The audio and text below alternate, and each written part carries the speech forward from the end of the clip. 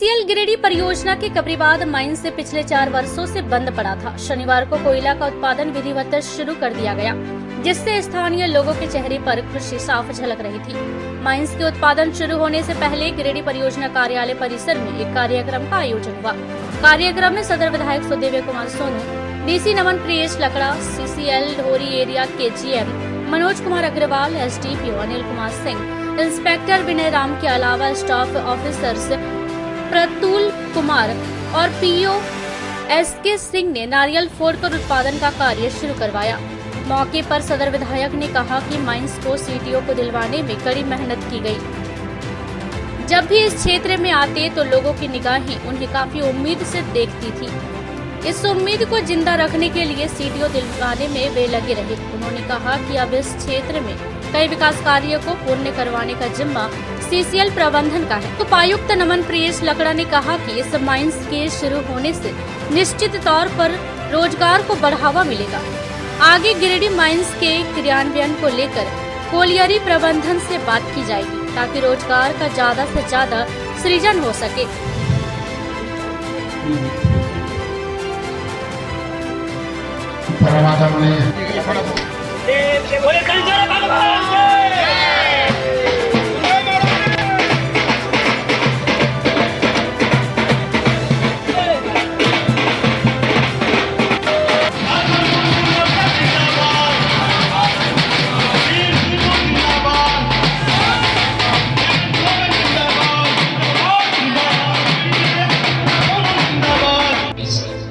आप सभी को हम जिला प्रशासन की ओर से हार्दिक बधाई देते हैं।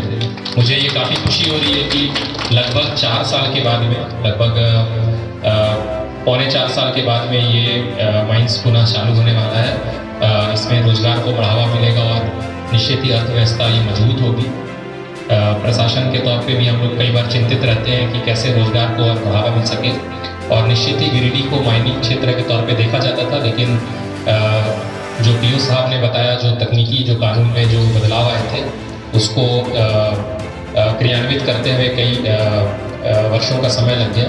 लेकिन जिला प्रशासन की तरफ से हम लोग कृत संकल्पित हैं कि जीएम साहब और पीओ साहब ने जो गिरिडीह कोल माइंस के क्रियान्वयन के संबंध में आगे जो प्रक्रिया होनी है उसके संबंध में बात किया, तो हम लोग इसके लिए हर संभव त्वरित कार्रवाई करेंगे, ताकि गिरिडीह कोल माइंस भी इसी तरह से बेहतर ढंग से और अल्प समय में क्रियान्वित हो सके और अर्थव्यवस्था यहाँ पर मजबूत हो सके।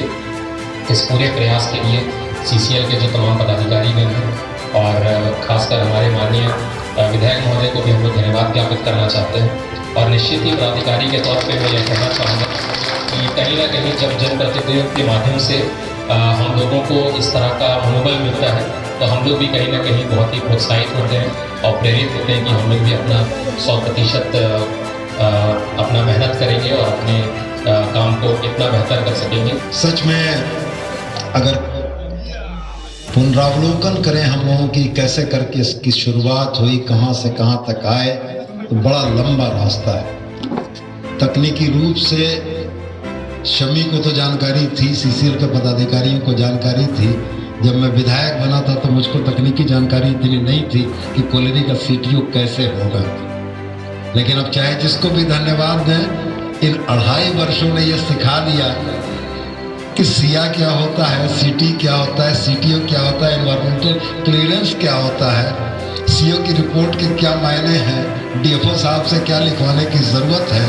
ये तमाम चीज़ें बता दी, सिखा दी, और अंततः आप तमाम लोगों का वो उम्मीद भरी निगाहें जो मेरे तरफ रहती थी कि कर तो यह कर तो ही ना करो को तो ना हो, तो ये इतना बड़ा कंधे पर जुआ था।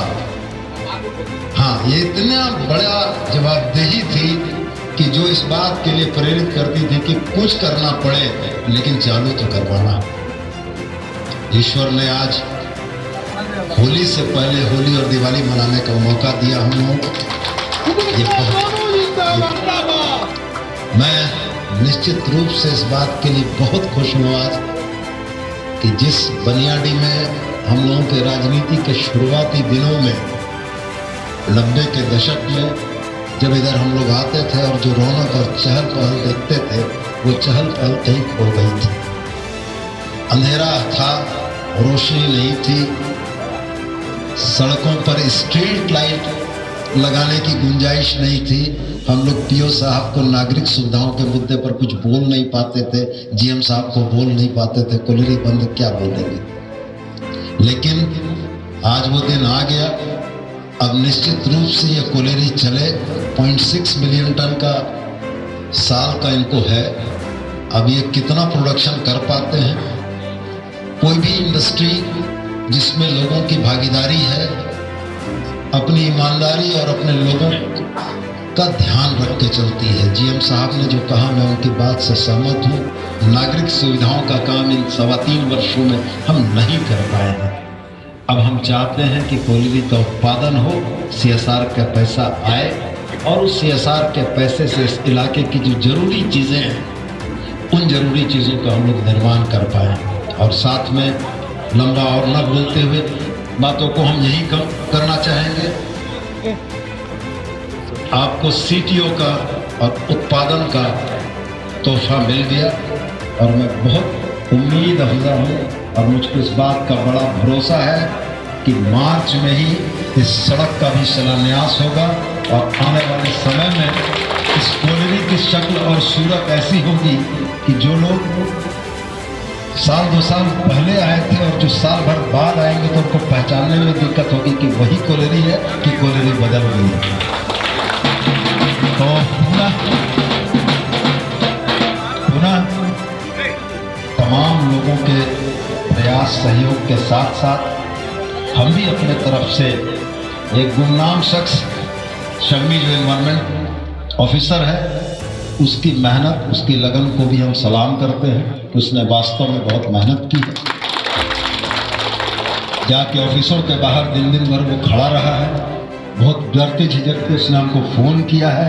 फिर हमने फ़ोन किया अफसर को, तब उसको मिलने का मौका मिला है। तो एक जोरदार ताली उसके लिए होनी चाहिए। साहब ने भी बहुत सही आई। यही शम्मी है जिसने वास्तव में इस पूरे प्रोसेस को इसने ही इनिशिएट किया, इसने ही सब कुछ किया। रांची में दफ्तरों के बाहर दिन भर खड़ा रहा, बड़ा झिझकते हुए फ़ोन किया हमको कि वो नहीं मिल रहे हैं। 3 लाख के करीब का एक्सपोज्ड कोयला है। हम 2.5-3 लाख कोयला अगर निकाल लेते हैं 31 मार्च तक, तो यह हमारे वार्षिक उत्पादन लक्ष्य 45 लाख का जो है, उसमें हम अभी तक हमको करना है 36,000 पर डे। हम पहुँचे हैं 19,000 पर डे पर।